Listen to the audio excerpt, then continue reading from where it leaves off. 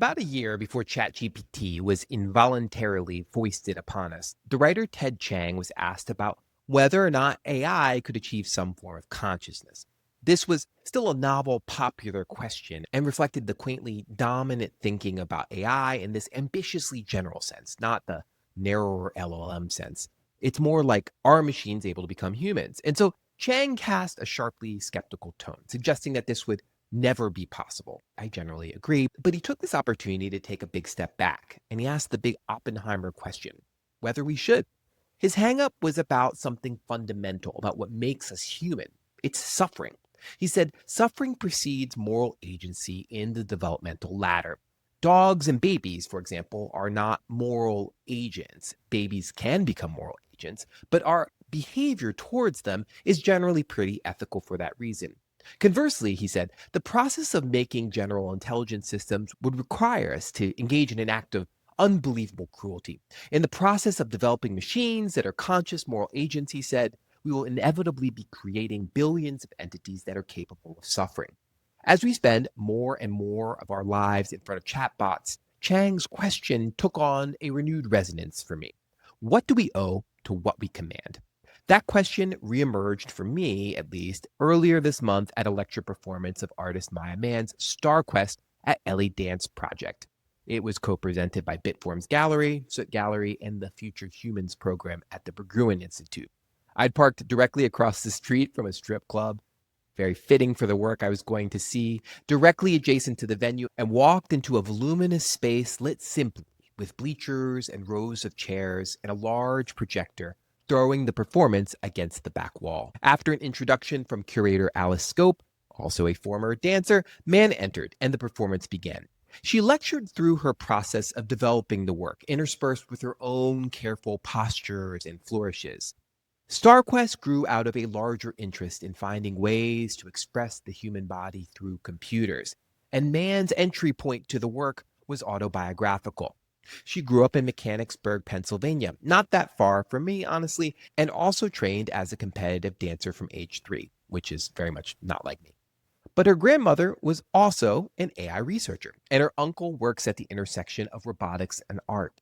Everyone in my family has been driven in the very specific thing that they're interested in, whether AI research or robotics, she told Killscreen, which is me, in 2021.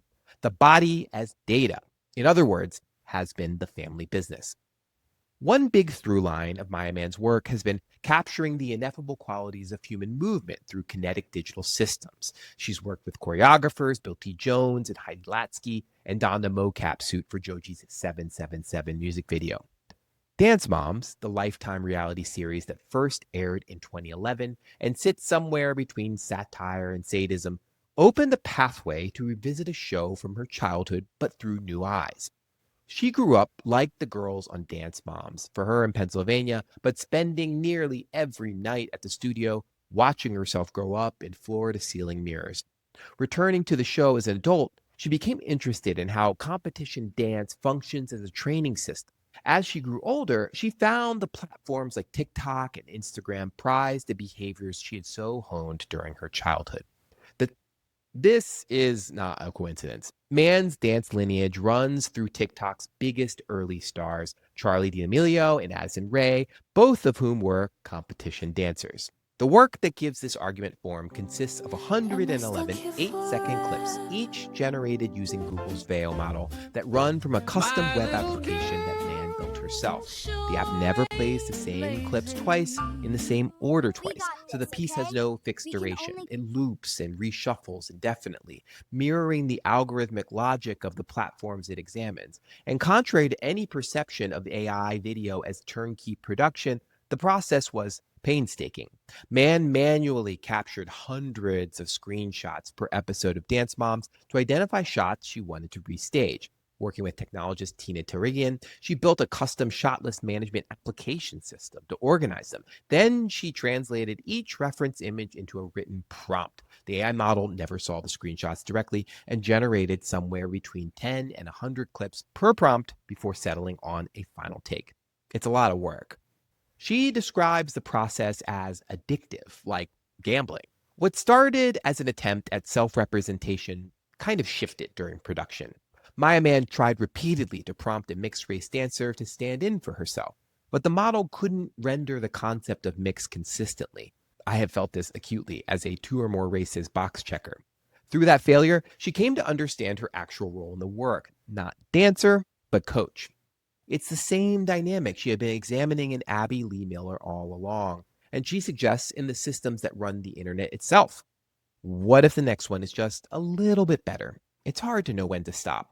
There is a long lineage of coaches pushing performers to their limits at tremendous personal cost. Debbie Reynolds famously danced until her feet bled during the production of Singing in the Rain, driven by co stars who wanted more. In Man's case, the performers aren't real, but does that make the act of demand any less consequential? Are we not cosplaying the very thing we aim to critique?